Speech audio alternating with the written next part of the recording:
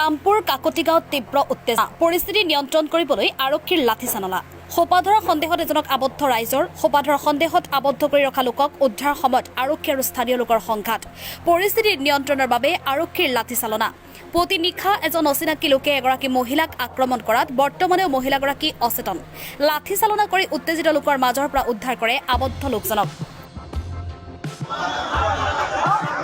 মানে পৰহি দিনাখন আমাৰ এই গাঁওখনত এটা আতংকময় সৃষ্টি হৈছে যে সোপাধৰা ওলাই ল'ৰা ছোৱালী উঠাই লৈ যায় পৰহি দিনাখন এজন অচিনাকি মানুহ ৰাইজে কৰায়ত্ব কৰি প্ৰশাসনক গতাই দিয়া হৈছিল আজি ৰাতি পশ্চিম কাকতিগাঁৱৰ এঘৰ মানুহৰ ঘৰত অচিনাকি মানুহ সোমাই এজন মহিলা মানুহ এতিয়া অচেতন হৈ আছে ৰাতিপুৱা এইজন মানুহক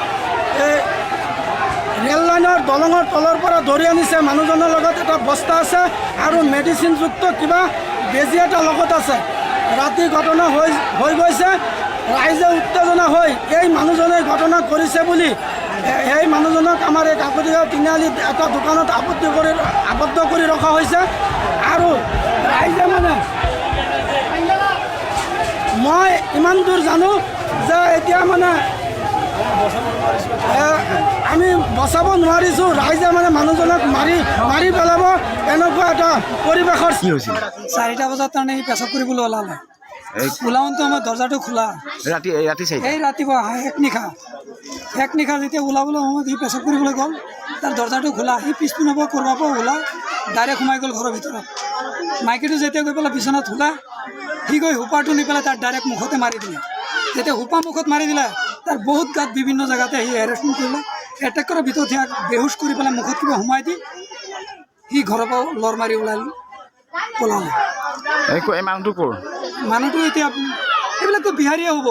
যোৱাকালি এটা ধৰি পেলাই থানাত দিলোঁ একো একশ্যন নল'লে আজি এটা ধৰি পেলাই যিহেতু এই আকৌ ৰাখিলে আকৌ থানাত নি পিনি মই লৈ গৈ আছে একো এটা একশ্যনৰ কোনো কথা পতা নাই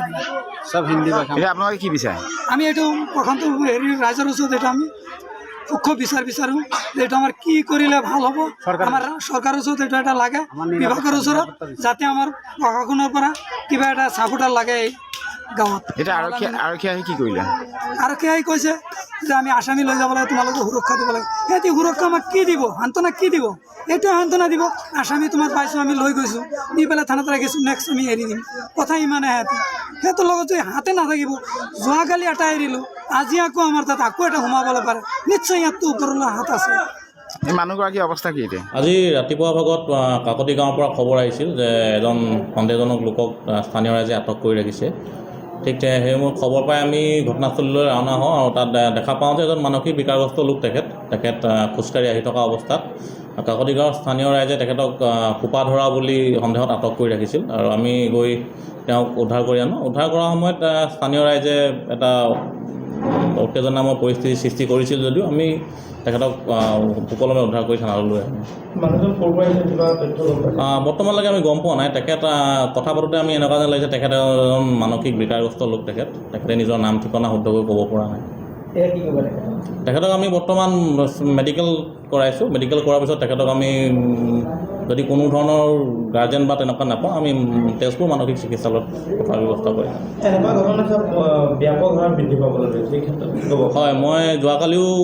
দুজন মানুহক তেখেতক পাইছোঁ এইটো আচলতে এটা উৰা বাতৰি কোনোবা এটা দুষ্ট চক্ৰ এনেকুৱা ধৰণৰ উৰা বাতৰি প্ৰচাৰ কৰি আছে বিশেষকৈ মাইনৰিটি এলেকাবিলাকত গতিকে আমি স্থানীয় ৰাইজক অনুৰোধ জনাওঁ যে তেনেকুৱা ধৰণৰ কিবা যদি ঘটনা ঘটে বা স্থানীয় সন্দেহজনক লোকক দেখা পায় তৎক্ষণাৎ পুলিচক খবৰ দিবলৈ অনুৰোধ জনাইছোঁ বৰ্তমান একো নাই তেখেতৰ লগত একো নাই পোৱা আমি